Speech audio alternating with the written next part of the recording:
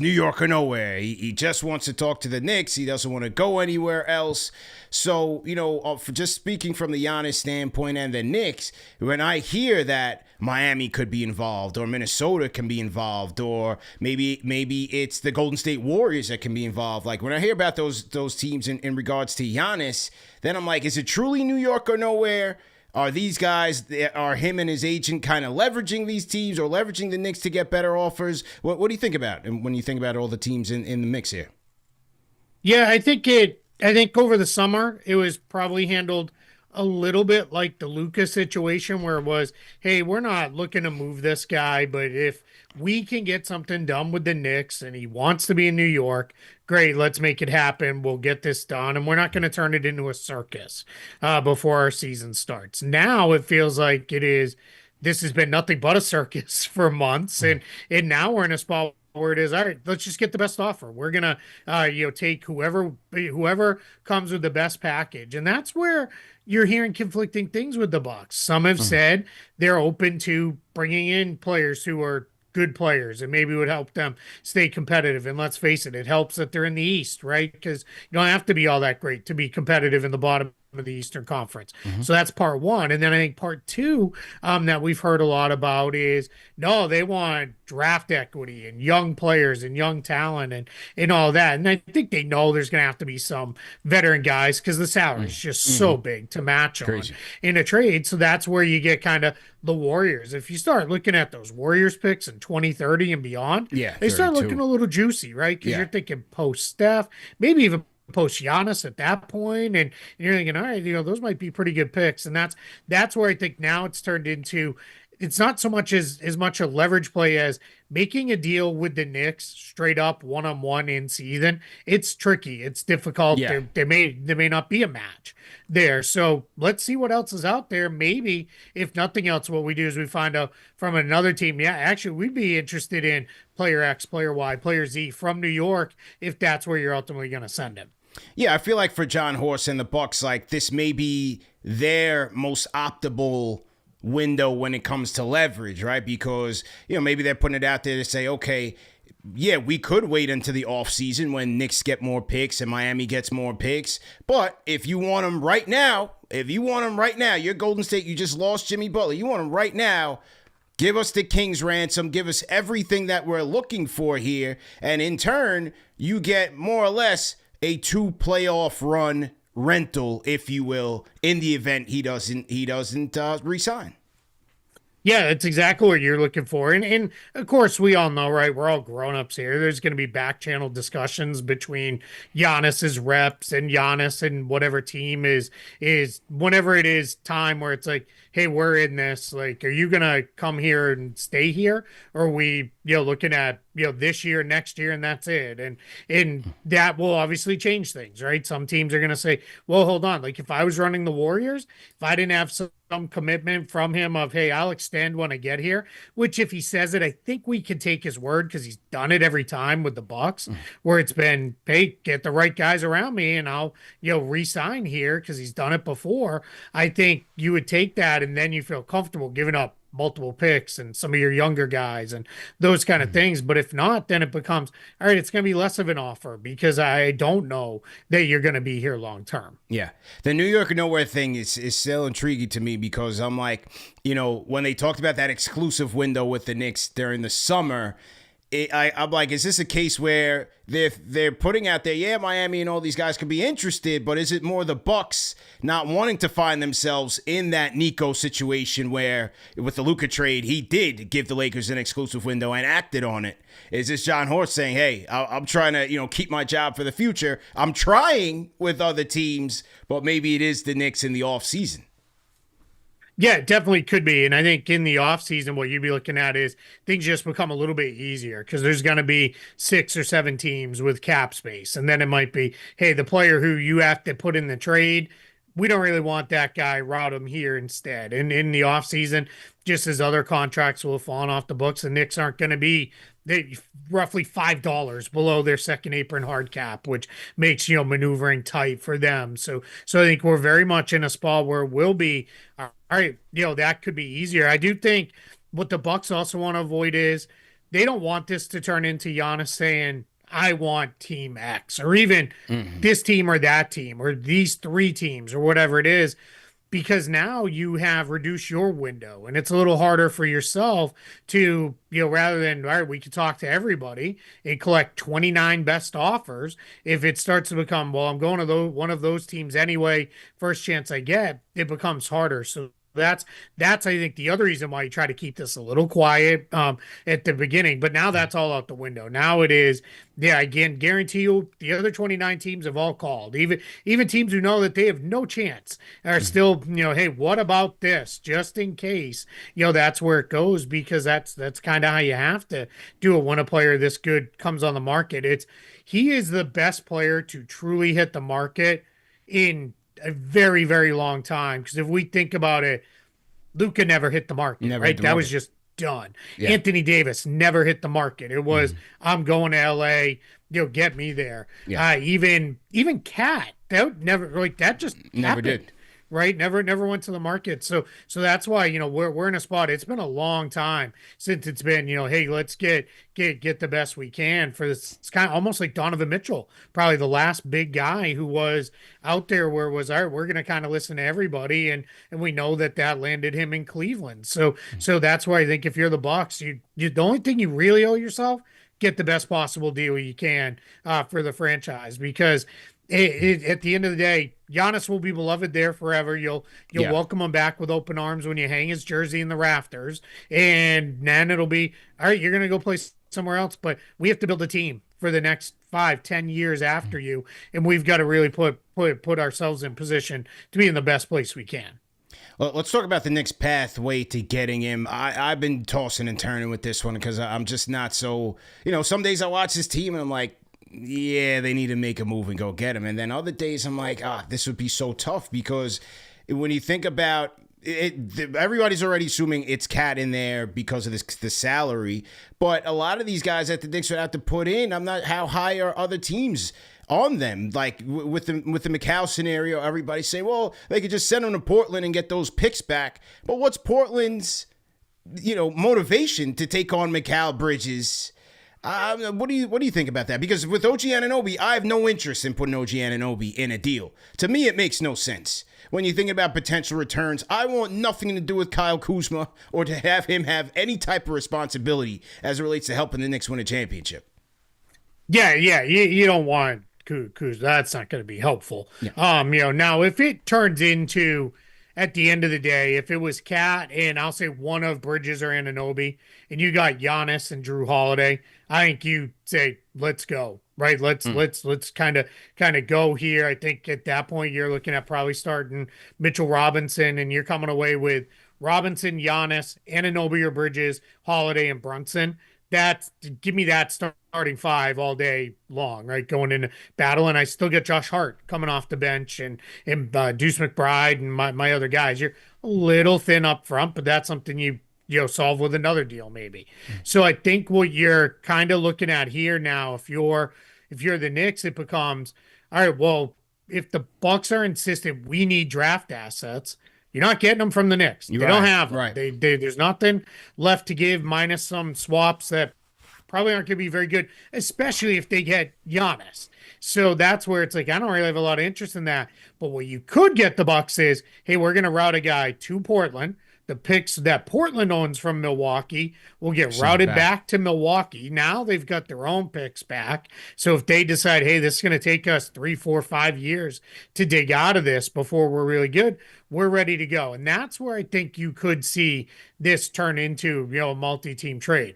You also have the Crosstown Nets are sitting there with $15 million in cap space and some tradable guys where they may jump in and be like, hey, how can we help facilitate? Maybe it's not we take someone direct from the Knicks, but maybe they take on Kuzma. Yeah, the right. Presti And route. that becomes the way that comes together. There are definitely paths here. It's one thing too that it's very clear. I've seen a lot of people saying, well, the Knicks are a second apron team. They can't aggregate.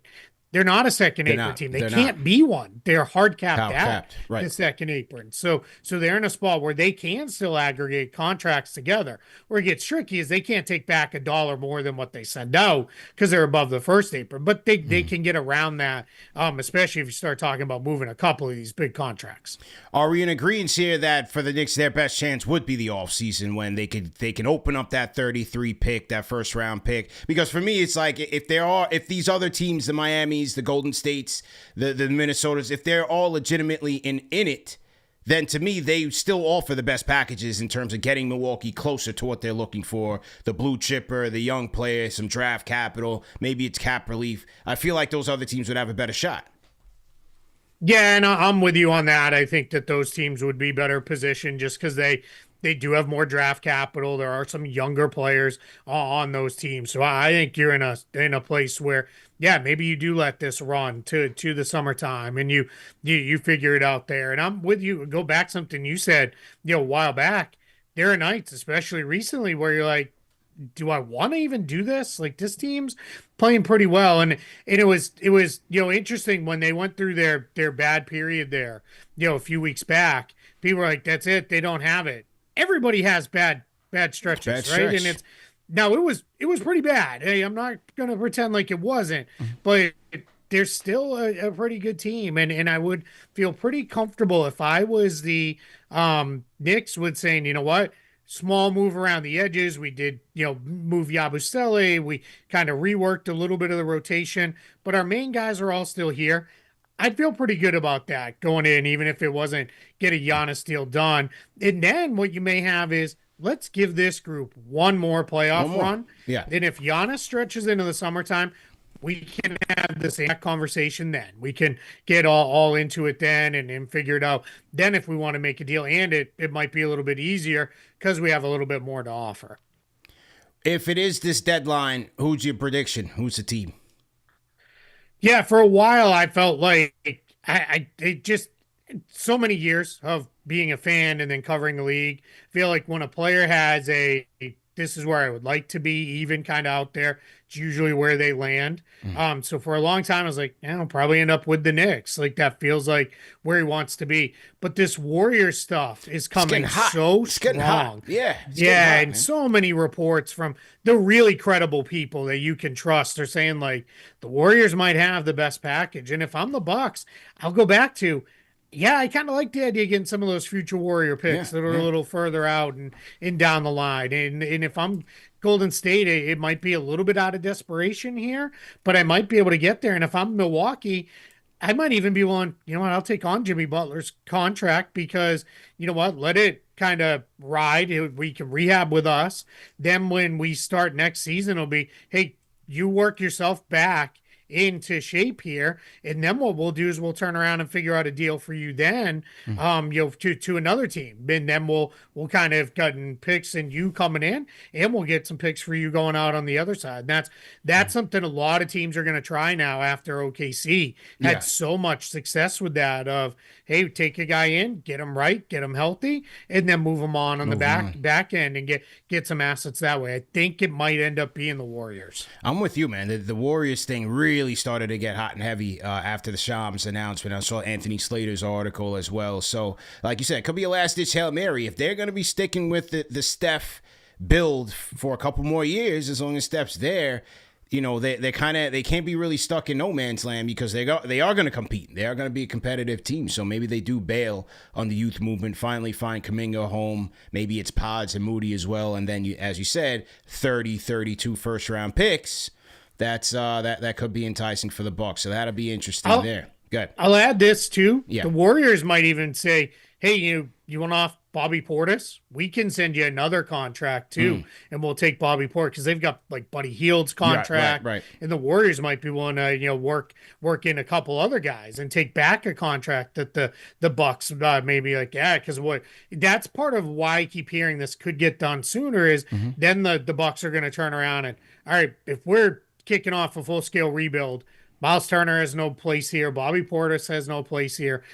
some could argue Kyle Kuzma has a really great place there to shoot. Hey, you want to shoot 35 times a night? Have at it, my man. Yeah. Go nuts. Yeah. It might be a great, time for him there. But it's, they're going to turn around and start looking to trade some of those veterans. That's even before we get into the, 6-7 guys that did the 6-7 thing.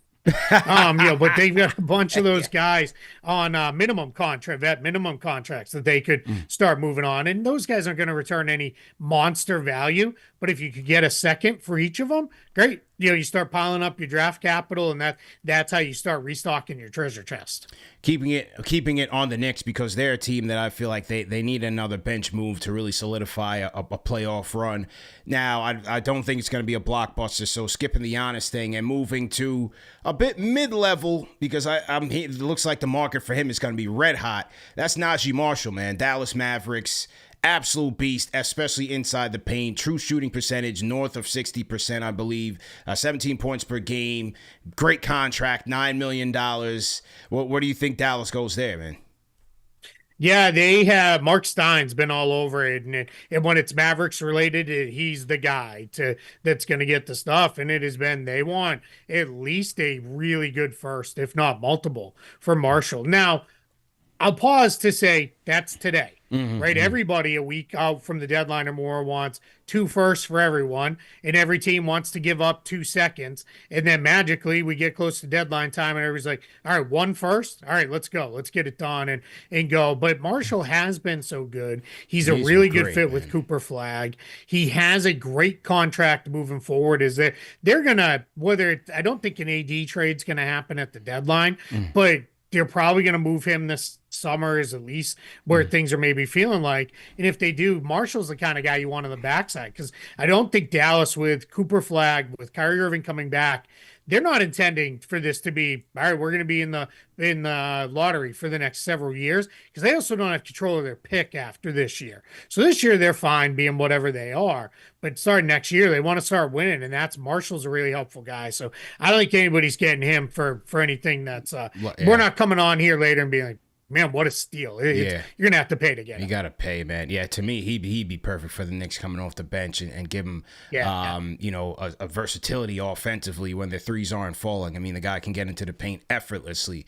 But, yeah, he'd be a great get for me. How about now, there's also been talks of them trying to get Alvarado from the Pelicans, also kicking the tires on Yves Missi. William Guillory of The Athletic just yesterday said that Alvarado wants to stay with New Orleans. Well, first of all, what did you think about that in terms of his motivation? Is it just playing time? What do you think? He's got 1 more year left on his deal after this one. Player option, I believe. Yeah, he wants to be there. They apparently don't want to trade a whole bunch of other guys. I guess I went to New Orleans for the first time and spent any real amount of time there this past summer. Yeah. I'll say I kind of get it. It's a pretty cool place. Yeah, it's cool. It's a good vibe. I had a lot of fun down there, so I get why they might want to be there. Basketball wise, I might be looking to make some other moves if I was the Pelicans and those guys. But I kind of think we're in a place where the Alvarado, I get it. He may be looking at, hey, if I opt out, they have my bird rights. They can give me, not that he's going to get a massive contract, but they can give me a nice contract here. Yeah. Maybe that's the direction. And where with the Knicks specifically, if I'm him, my question would be, hey, when we get to the playoffs, Jalen Brunson's going to play 40 minutes a night. Right. Deuce McBride's going to play probably 10 or 15. Where am I playing? Like, how am I going to slot in there as another small guard? Like, probably not, right? So, sounds great for depth purposes for the Knicks, but he may be looking at it and saying, yeah, I'm happy to stay here unless it's somewhere where I can really play, and he's getting to play a real role there. Now, Yves Missi, that one I'd be really interested in, because I think he could come in and really play a nice role for the Knicks, especially if they wanted to go back. It seems like certain opponents, it is double bigs the way to go for them, and then that gives them the third center in the rotation. And we've seen at times, with Cat gets himself in foul trouble. Maybe Mitchell Robinson gets in foul trouble.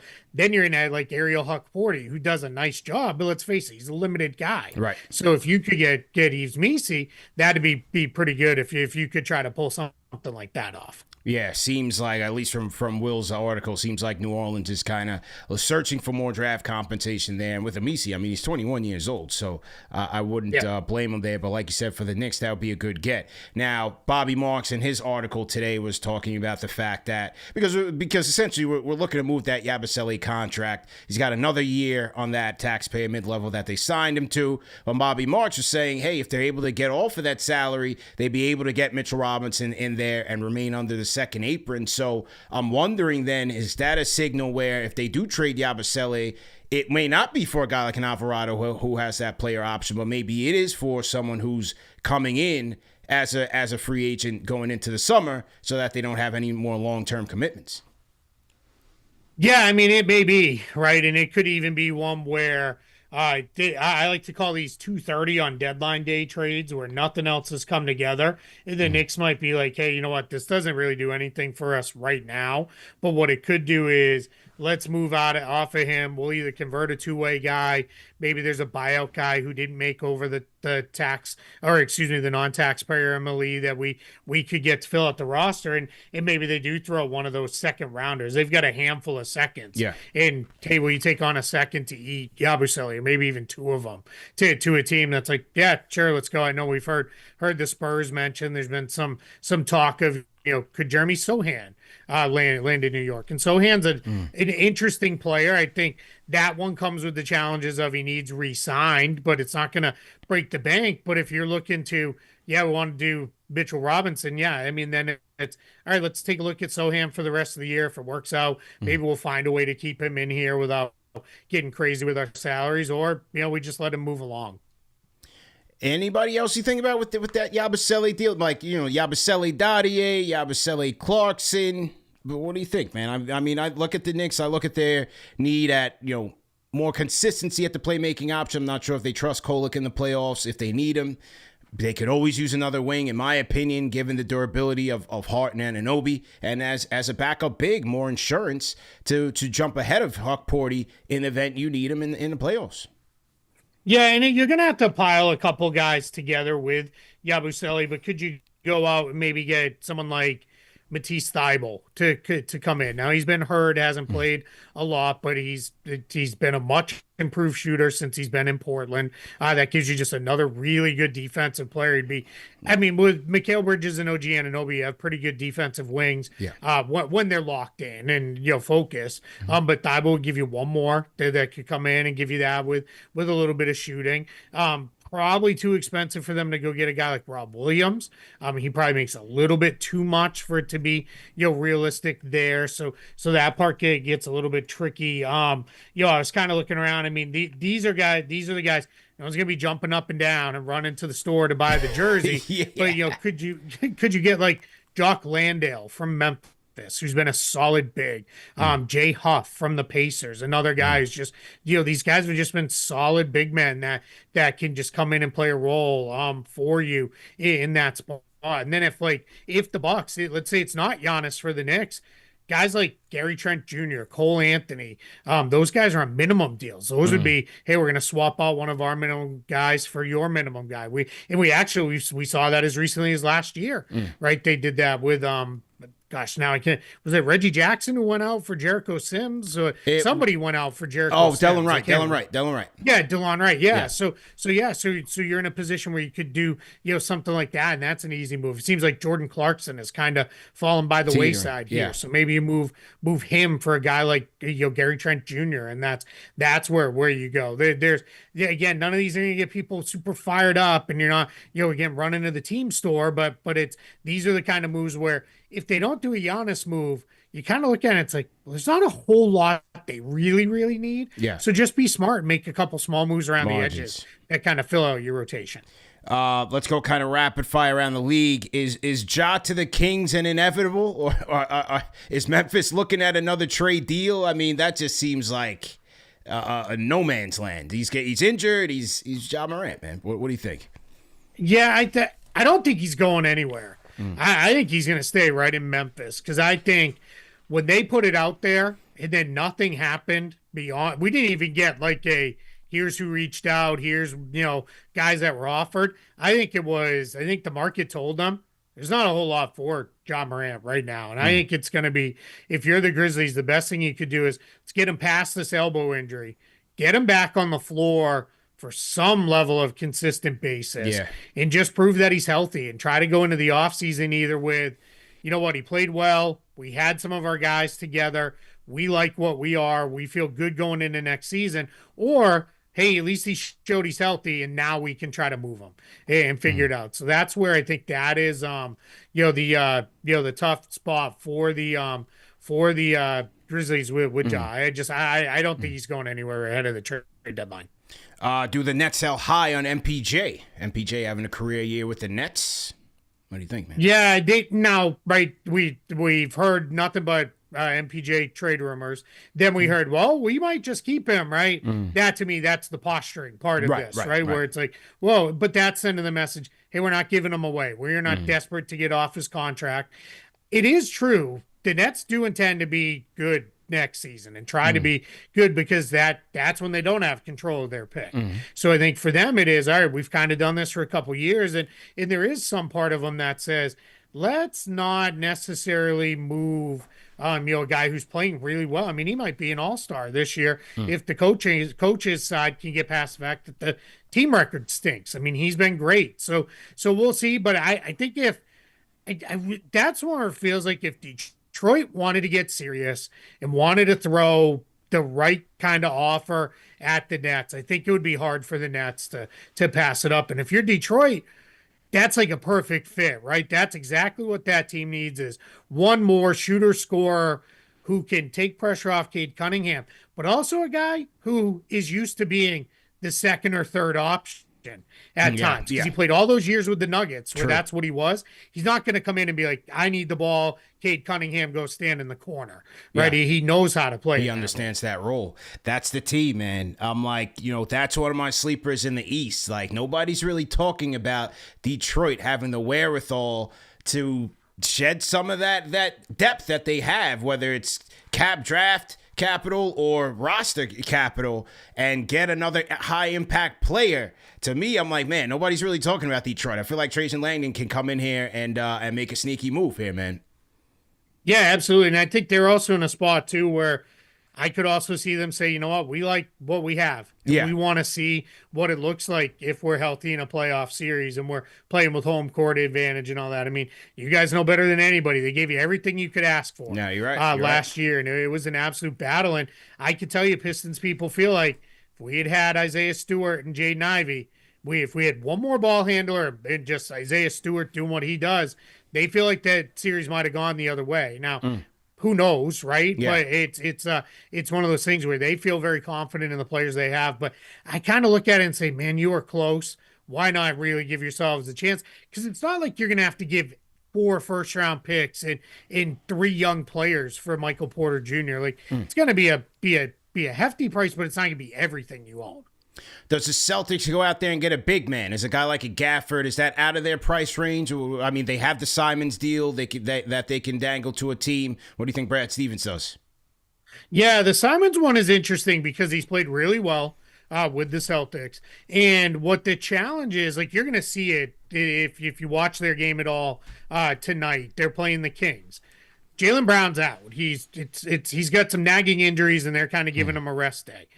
The offense has not been very good without Jaylen Brown. So you're going to see the value Simons could have, and this is going to be kind of one of those last chances to really show like, hey, this is what I am. The other challenge, if they trade Simons, they're left with 2 real guards on the roster. It's Pritchard and White, and that's it. They don't have any other guard depth, and that would be a challenge. Now, if you're moving him, if you're going to move him, for a long time it was move him to go get a center, go get Zubac, go get some of these other centers that are on the market. Now people are fired up about the idea of Miles Turner. I would say, sure, but let's try to get a guard coming back too, because you need something else in the form of ball handling behind Pritchard and White. Otherwise, those guys are just going to have nothing left in the tank by the time they get to the postseason. What do you make of where Chicago wants to go? Because you hear Kobe White's name. I think he'd be a ferocious pickup for any team, especially playoff contender. You're hearing Ayo's name, but then I'm looking at a young rebuilding team that could use both of those guys. I mean, what do you think of it? I know they have a lot of ball handlers. They have Giddey. They have Bazilis, who they seem to be running through as a point guard as well. I'm very impressed with him. I think he's going to be a very good player. But what do you make of the like Kobe White rumors and the Sumu for Chicago? Yeah, I did this because it's like I'm the human shrug emoji because who knows with the Bulls, right? Yeah, Like yeah. they never do anything that anybody thinks. Never mind that the Bulls fans are gonna like because it's gonna be. I can guarantee you this: whatever it is, it's gonna be some kind of sideways move that keeps them about exactly where they are. Yeah. Because that's just what they've done Yeah, every 100%. year for decades. 100%. Now under two different front offices. That said, Kobe White is available. I think they were in a place where they ideally for a long time it was they didn't want to move Kobe White because they intended to re-sign him. But now they've locked into Giddey. That's their long-term, like playing number one ball handler. You said Modest Buzelis is the kid that he's going to get a lot of reps, especially on ball reps as well. So that turns into all right. We've got Giddey. We have Trey Jones. He's also played very well for them on a long-term deal. We're not going to resign both White and Dosunmu. So one of them's going to go, and it's probably going to be Kobe White. And that's going to be, he's the kind of guy who could really swing a playoff series for a team because he's really good. He can start, he can come off the bench, he can play on ball, can play off ball. He's a really good player. And he's on a pretty good contract. And the Bulls also know there's no chance of extending him because he wants a lot of money. So that's one where I think a team may kind of say, all right, hey, let's kind of make this happen.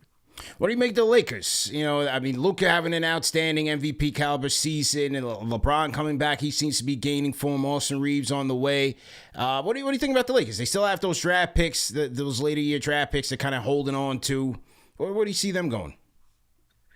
Yeah, it's tough because they're trying to live in two worlds, right? They want to be good right now, Yeah. but they do not want to tap into this coming summer's cap space. I think one way or another, this is it for LeBron in LA.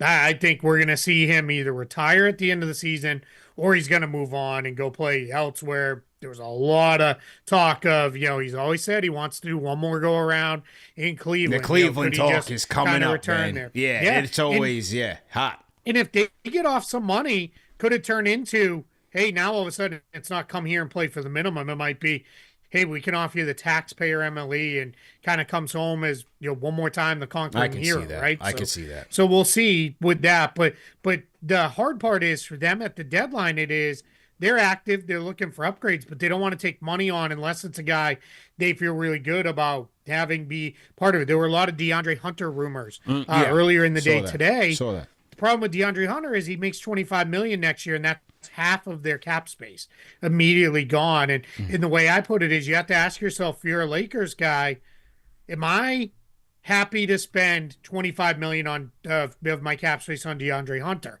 If you wouldn't want to do it direct, there's no reason to do it by a trade. I don't know that it's going to be a big enough upgrade to get where you want to be, and they feel much more like a summer team than a deadline team that, as far as a big blockbuster, everybody gets fired up kind of move. Who's your sleeper in any other East or West sleeper team to watch in terms of like making a move, a contender or a playoff team trying to make a move to solidify their status? Yeah, I would keep an eye on Denver doing something just to kind of round out their rotation a little bit more. They could move Valanciunas, who's obviously there. That's a short-term kind of thing. Cam Johnson, you could trade him if it was the right kind of player because you haven't really gotten anything out of him yet. So it's not like you're going to miss him there. And I think they could do that. And if they could do that while freeing up some future salary, I think that would be big because Peyton Watson has played himself into a really nice deal as a restricted free agent. So I'd keep an eye on them. There's been a lot of buzz in the last couple of days that the Thunder might actually do something. They may look to make a move. And that's where, talk about, hey, we need 3 first-rounders for this guy. Okay, which ones do you want? Here's our, put them all on the table like a bunch of Pokemon cards and let them pick from them because there's so many first-rounders that they have. And they've got a couple big contracts that they could move as well, in a type of deal. So, that's one where, I don't know that anybody gets super excited about that. And then Toronto's been very active. Yeah. They're trying to get something done, whether that's RJ Barrett, Jakob Pertl, Emmanuel Quickly. They have all of their own draft picks moving forward. So they're a team to keep an eye on as well. So you think, I mean, Raptors standpoint, they are about third or fourth in the East right now. I think fourth. You're thinking they're looking to aggregate maybe a big salary, maybe some picks, and get an upgrade, a boost in talent there. Yeah, and Masai Ujiri is gone, right? And we always knew Masai Ujiri was not afraid to make the home run swing. Yeah. Bobby Webster was with Masai Ujiri every time he took one of those home run cuts. He's in the same vein. He'll do something big if the opportunity. And the Raptors also know their best way to acquire big time talent is through trades. It's not going to be a free agent market. You're not going to get a lot of guys that jump at the chance to go to Toronto. Toronto's a great city, but let's face it, for a lot of guys, it's not in the U.S. All they see, which Toronto doesn't do many favors because they embrace it, is it's freezing cold and we the North and everything else. And guys are like, cool, I'm going to go to Miami or Orlando instead, where we the warm. I don't want to deal with that stuff. So I think we're in a place where I would not be surprised if they do something, here. And again, I don't want to get people like, man, you keep saying this and nothing's going to happen. Maybe it's the summer for the Raptors. Yeah. Maybe they do say, hey, let's give this team one run at the playoffs. But I think they know they're good, but they're not on the Detroit, New York, Cleveland starting to play better, even the Boston level. I think they know we're a tick behind those teams. But if we want to get there, maybe there's a move to be made. Do the Timberwolves find a point guard? If it's not Giannis, if it's not a Giannis splash, do they find the point guard they've been looking for like 3 years? Maybe, but it'd be somebody like Kobe White. It's not going to be John Morant. I like that. Yeah, it's not. Yeah, I think that'd be a great acquisition for them. If it was something like, hey, we're going to do Terrence Shannon and Rob Dillingham for Kobe White, great. Rob Dillingham's not playing. Terrence Shannon's a nice player, but they have other wings that they like on their team. Like, maybe that's the way to go. And if you're the Bulls, I'd be like, you know what? I'm open to that. Give me a couple young guys that I can kind of move forward with. Let's go. That's the kind of deal that just makes sense. And then if you're the Wolves, it's Kobe White slots right in with Ant, DiVincenzo, Mike Conley, Bones Highland, right there. You've got the making of a pretty good deep backcourt. I like that. CP the Franchise, Keith Smith in here. NBA trade deadline breakdown. Trade deadline will be Thursday, February 5th. Keep it locked, man. You can follow Keith at Keith Smith NBA. You can check him out on YouTube, the Front Office Show with our guy Trevor Lane, and on Spot Track as well. I think we might have one call that we're going to take here on the KFTV Discord. I think it is it Mets 2128? Are you there? Yes, I am. How Loud are you? and clear. Loud and clear, man. Okay, rapid fire. How you doing? I'm doing okay. Okay. As for, and the question of what should the Knicks get the trade deadline or get rid of, in all honesty, out of the players we need to get rid of, for me anyway, the necessity to get rid of is Yabusele. He's not very reliable on the defensive end. Half the time he can't shoot a three-pointer to save his own tail. Yeah. As far as I'm concerned, he's the dead weight. Get rid of him and maybe get somebody like, I don't know, if you can trick Charlotte, give me a Moose. We can't get Giannis. Okay. Give me Moussa Diabate. All right. Well, what do you think? Appreciate the call, man. What do you think, man? He wants Diabate in here, man. Yeah, I'm a big fan of Moussa Diabate. The challenge for the Knicks is so are the Charlotte Hornets. So it's not just going to be Yabusele. It would have to be, all right, Yabusele, what pick are you going to send us, for him? It doesn't have to be great. This could even be hey, we'll give you one of these swap right first and you'll get, whatever it is and, out of that, or, here's 4 seconds or something like that. But the Hornets love Moussa Diabate. He is just what a cool story. Just such a hard worker, made himself into a real player just by busting his tail and defending and rebounding. And now he's improving on offense and everything else. Boy, that Hornets team, they're coming. They're not going to get there this year. I think they're a little too far out, but we're going to be talking about the Hornets for the years to come. The Knipple Hornets, man. Him and Cooper Flag put on a show just yesterday. Oh, great. He's looking like a pro already, man. Very impressive young prospect out at Duke, Knipple, man. Keith, great show. Great job, as usual, man, breaking it down for us. We definitely appreciate the work. Like I said, man, when it comes to these front office breakdowns, you are certainly one of the best in the business, man. So, hey, we'll see what happens on Thursday. Let's maybe reconvene in a week or so and grade some of these deals, man. Yeah, sounds good. I appreciate having me. Thank you. Yes, sir. Salute to everybody in the chat. Thanks again for watching. Remember that these shows are available on audio podcast format. As I said, follow Keith Smith at Keith Smith NBA on Twitter X. And we'll see you guys next week on the NBA Report. Shout out to everybody who's watching on Knicks Fan TV as well. Have a great weekend, everybody. Peace.